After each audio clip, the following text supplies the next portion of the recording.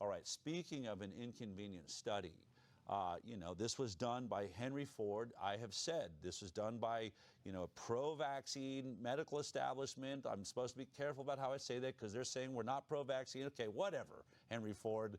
You celebrated newspapers. In the film, you hear Dr. Marcus Zervos talk about, I'm the reason they force vaccinate every single employee at Henry Ford Health. So they had a bias going into the study, and yet the study is one of the most damning of all times. But what if you went in with an unbiased perspective and just said, what does the data show? Well, that's exactly what epidemiologist Nick Hulscher has done, and he joins me right now. Nick, first of all, you're like this rising superstar. Overnight, I see you everywhere. I have no idea where you came from and how you've sort of jumped into this space. So where do you come from? What is your educational background? How'd you get into this? Well, listen, I come from Michigan. I graduated from the University of Michigan School of Public Health.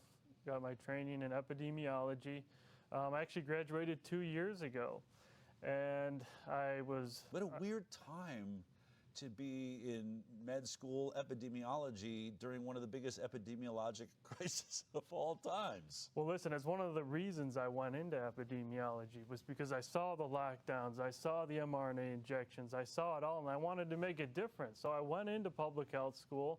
I got into contact with Dr. Peter McCullough. I asked every one of my professors for an internship. Only one said yes. I emailed all of them. And so I'm so thankful for that, or else I would have never have met Dr. McCullough. And since then, we've published now over 20 peer-reviewed papers looking at the harms of vaccines. It's really phenomenal. We're going to get into some of that, but let's start out with this study at the center of our film, an inconvenient study, the Henry Ford Health Study. You did a reanalysis. In that analysis, describe for me the difference between how Dr. Marcus Zervos analyzed the data and what you did. Yes. Well, first of all, what we did was a peer review. We had a peer-reviewed peer review of the strongest vaccinated versus unvaccinated study ever done. That's what it is. And so we confirmed it was a great study. We confirmed it was already, the results are fully valid. You know, the critics attack it for different follow-up times, but you know what? They use something called Cox proportional models, and what that does is that takes into account time.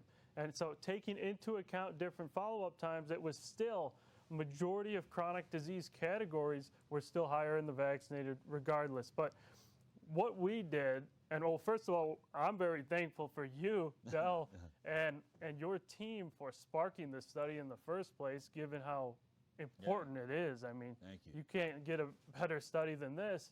And so what we did was we looked at the raw numbers, right? So the original study, they did so much modeling, like statistical models, and we really didn't see just the raw proportions between the groups. When we looked at the raw proportions, it was every single, all 22 of the chronic disease categories were proportionally higher in the vaccinated. All 22, including cancer. Really? Because, I mean, they said in the study it kind of uses cancer as the control, saying there was no difference in cancer.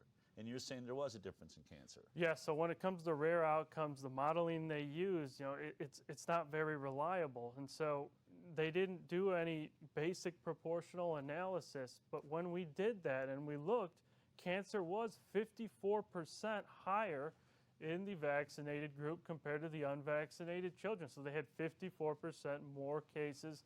And, you know, this is explained biologically. There is biological plausibility behind it. So am I to understand that as we imagine this Cox proportional average thing, it's kind of like it softened the blow on what this, I mean, it was a way to obviously be as conservative as you could, right? Yes. To the benefit of the vaccine side, let's just really be conservative by putting this giant sort of pillow around it and, you know, take the edges off. And so what you're saying is, look, it's a great study, and that's probably what should have been done, to just say, let's just be as conservative as we possibly can. We still see this massive, gigantic signal as we do in the study, which is, you know, I always say, I think the biggest part is within 10 years, 57% of the vaccinated would end up with chronic disease, and only 17% of the unvaccinated. But what you did is you took the pillow off. Let's see this sharp edges for what they are. Let's just look at the raw ratios, and there you see that in every single instance, the vaccinated are doing worse, even in cancer. Every single one.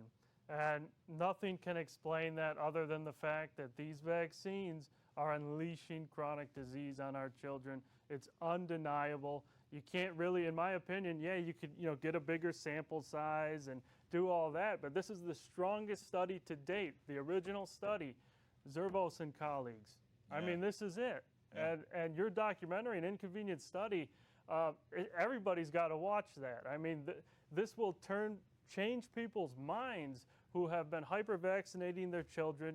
Now we're up to, and we found this also in our paper, this peer-reviewed paper, this reanalysis of the paper, where we actually found that it's now up to 81 doses by age 18. Really? 81 wow. doses. It can be more than that, too.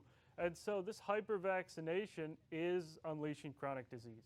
Now, in the film, I had to point out, and when I first was handed this study at the dinner table with Dr. Zervos, it didn't show a result for autism. It was sort of inconclusive. There weren't many kids. There was only like 23, I think it was, in the vaccinated, 1 in the unvaccinated group. But you came up with a different autism number. Tell me how you went about doing that and what you found. Yeah, so this part's very, very important. So when it comes to autism, and so they were looking at ICD codes, so the codes that the doctors were putting in as the diagnosis. But the thing is in autism, all of those other chronic diseases outlined in that paper, including ADHD, tics, learning disabilities, speech disorders, that all co-occurs in autism. And so what we did was we grouped these together into one autism-related group, or clinical outcomes seen in autistic individuals. And when we grouped them together to derive an odds ratio, we found that these autism-related conditions, or what's grouped in autism, is actually about 500% more likely if you were vaccinated than not. And so that's very, very damning, and it corroborates all of the previous vaccinated versus unvaccinated studies showing similar risk profiles. It really does. The Mawson study is right about there. I think 4.5 or 6 times the rate of autism amongst the homeschool kids. Paul Thomas saw a huge difference. And then here are all, so I want to talk about this. You've been saying, you've got another bunch of articles out about 12 other vaccinated versus unvaccinated studies that have been done. I think I state in the film, 5 or 6. And so are there actually 12 studies? Because I say this on podcasts all the time. Am I clear in saying there are 12 now vaccinated versus completely unvaccinated studies that have been done? Yes, you're correct. There's 12, and we compiled these in our autism. Here's a list of them, everybody, just so you know. I'll read through them. Enriquez, why don't you read them, because you know these names probably better than I do. Yeah, well, we got Enriquez and colleagues, Lyons, Weiler, and Thomas, Mawson et al., Hooker and Miller. Brian Hooker's done great work on this. Joy Gardner, he's done a few surveys comparing vaccinated to unvaccinated children. And Hooker and Miller, again, they've done so much work in this. But Mawson in 2025, and this one's really, I think, the big one, below Lamerto and colleagues, below an inconvenient study. The inconvenient study is the strongest at the bottom there. But Mawson 2025 is very key. They had about 50,000. Okay, how was that study done? Tell me about it. Yeah, very important. They had about 50,000 Medicaid recipients. These were 9-year-olds, and they basically looked at who was experiencing autism and neurodevelopmental disorders and other chronic diseases. And they looked at, well, how many times did they go to a vaccination visit, and what was their risk of developing these conditions? And so among the 50,000 children, those who went to get vaccines 11 times had about a 4 times increased risk of developing autism. And so, again, very similar rates we're seeing here, but that one's very important. They also found massive increases in other neurodevelopmental disorders, especially tics, ADHD-like disorders, all sorts of horrible things. And so when we have all of these data sets corroborate, we can start to hone in on causality. And I think the evidence is strong enough to understand that injecting 81 toxic loads into developing children is causing central nervous system injury, and it is causing chronic diseases, neurodevelopmental disorders. It's causing neuron loss. That's what is happening. Neuron loss. Why? What's the mechanism? So what happens is they get injected. It doesn't just stay in the arm like it's claimed. It does end up reaching the bloodstream, at least some of these toxic excipients and killed pathogens.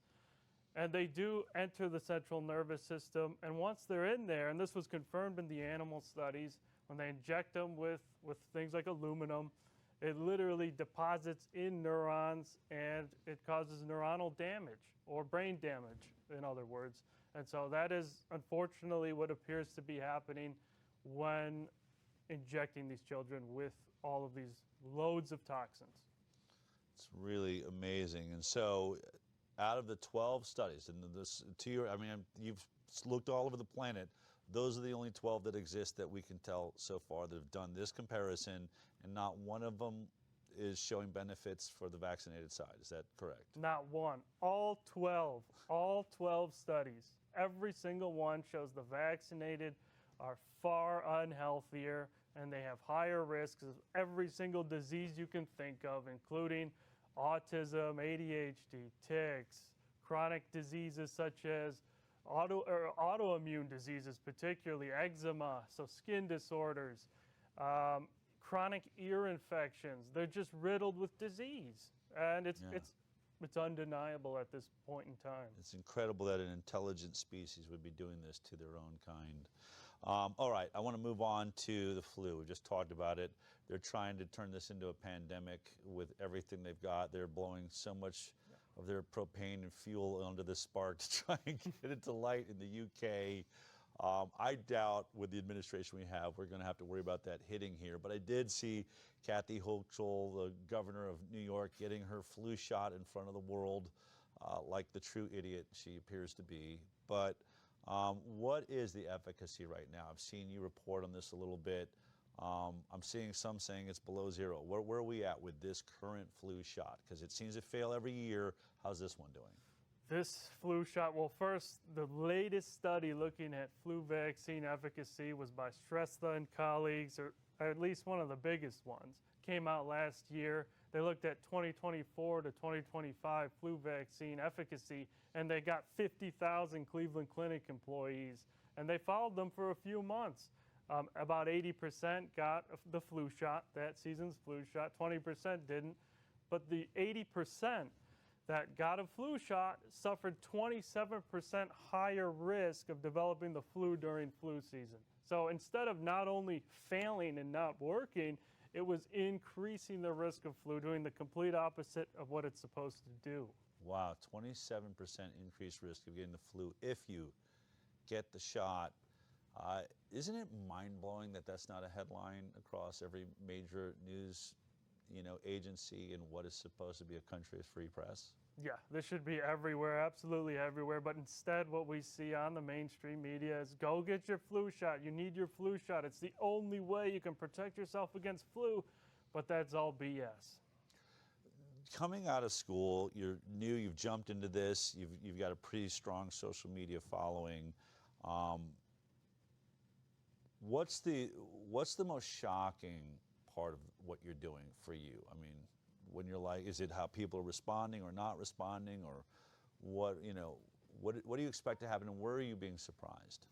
I'm surprised of the amount of people that use ad hominem attacks when presenting data against vaccines that are showing that vaccines can be dangerous. So some people are under a form of psychosis or a vaccine religion, where when you start to mention, oh, well, this vaccine, it'll increase your risk of this, or it's been linked to death here. And in some people's minds, they get triggered, and then they go online and they begin to just target and say, oh, you're stupid, you're an anti-vaxxer, you're not an epidemiologist. But so that's been, I guess it hasn't been shocking. It's been expected based on where we're at today. But those attacks do not affect me anymore because we have the evidence, right? I mean, right. We just went over the evidence. It's clear. Yeah, I mean, that's when people always ask me, like, how do you have so much courage? It's sort of like, I've said it's like poker to me. How are you still in the hand? You got Phil Ivey across from you. You've got the Prince of Arabia. They're all in. They're pushing so much cash. Why isn't it scaring you out of the pot? It's like, because, I mean, I can still look up online, and royal flush is a royal flush, and I got this hands down. Worst case scenario, I'm splitting the pot, you know? So I'm all in. I don't know why I would walk away. It's how this is spelled to me. Like, I hear you yelling, I hear, you know what I mean? But I don't care what it is you or think you have, or whether you're bluffing. We actually have the cards. Yeah, we have the cards. We have the cards, and it's simply undeniable. They don't have any cards. That's the shocking part. Like, they can't even fake that they have cards. They can't even get lucky with a bad hand. They have no hand. Yeah. It's really... They don't have one vaccinated versus unvaccinated study showing that the vaccinated are healthier. Not Right. one. They won't produce it because they know what they'll find, and obviously that's what Zervo's found. Right. So what's next? What are you the most excited about in your work? We're working on a lot. We have a lot of studies coming out very shortly. One's very shocking, and I'll break it here today, where it's about the mRNA shots. Okay. And this is a case report. It's probably the strongest case report ever done on vaccine injury, mRNA vaccine injury. So what we found was in an individual, 51-year-old man, he developed myocarditis, pulmonary embolism, neurological disturbances, skin disturbances. So he has multi-system lung vaccine syndrome. We found 3.6 years after his last shot, circulating Pfizer mRNA in what's called his exosomes. These kind of bubbles circulate around the body, act as kind of messengers. So the mRNA is still in there, Pfizer mRNA, as well as in his skin. You won't even believe it. We found plasmid DNA from the manufacturing process, again, 3.6 years after, literally just placed in his skin. It was the SV40 segment of it. It was the spike expression cassette of it. And it was the open reading frame region. So all components of the plasmids were in his skin in what's called the Grover's disease area, where he developed this skin disease from the shot.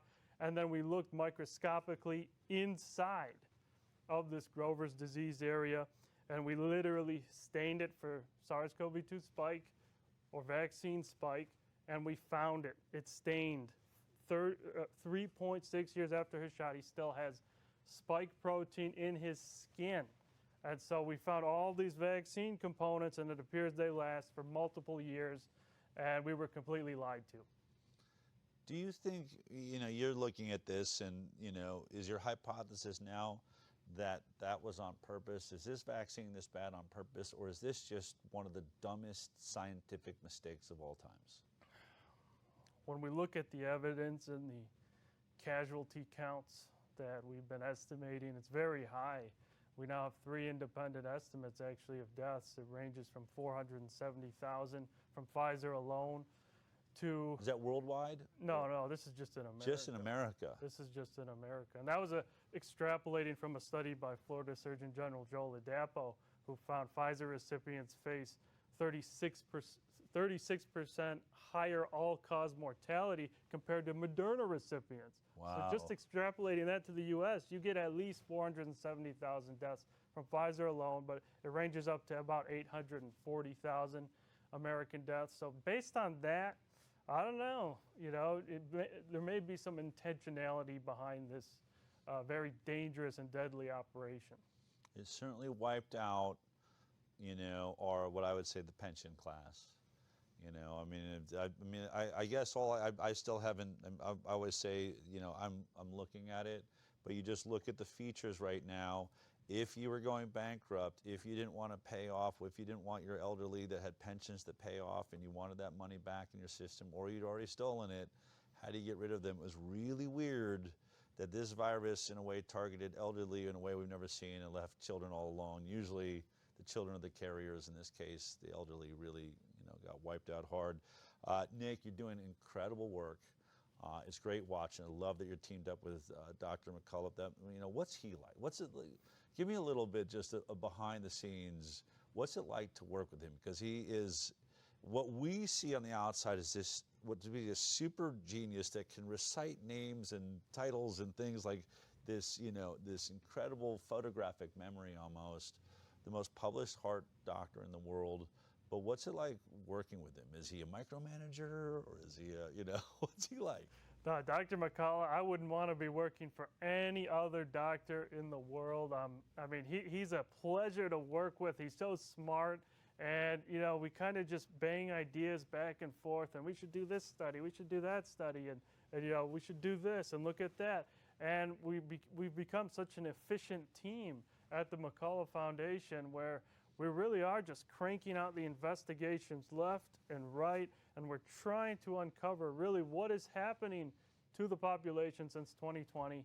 And, it's not good, but regardless, Dr. McCullough, he's a great guy, very smart man, very smart doctor, and I wouldn't want to be with anybody else. Oh, wonderful. All right, so where do we track all that you're doing? What are your social media handles and the work that you're doing? Yeah, you can follow me on X at NIC Hulscher. But you can also follow me on Substack. It's actually a shared Substack called thefocalpoints.com. It has Dr. Peter McCullough, John Leake, and myself. We post there every day on all the breaking public health news and all the new studies. So those are the two main points. You can follow me on Facebook if you want, as well as LinkedIn, where I get attacked by the trolls on the daily. All right, Nick, thank you for your work. Keep up the good work, man. Thank you for your courage. Thank you. Welcome to the team. I'm glad you studied and got out just in time.